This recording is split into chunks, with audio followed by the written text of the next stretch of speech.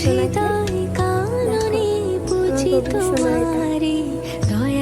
তো তোমরা ওয়েট করো, আমি কিছুক্ষণ পরে কালাই ফুল নিয়ে আমার বাবু সোনাকে খেতে দেবো। তো দেখো গাইস, আমি তাল ফুল বানাবো বলেছিলাম আমার গুগলুর জন্য। আমি বানিয়েছি তাল ফুল। আমার গুগলুর ড্রেস কিনে আনলাম, আমার গুগলুর জন্য শোয়ার জায়গা কিনে আনলাম। তো তোমাদের বলেছিলাম, দেখো আমি সব কিনে এনে রেডি করে দিলাম।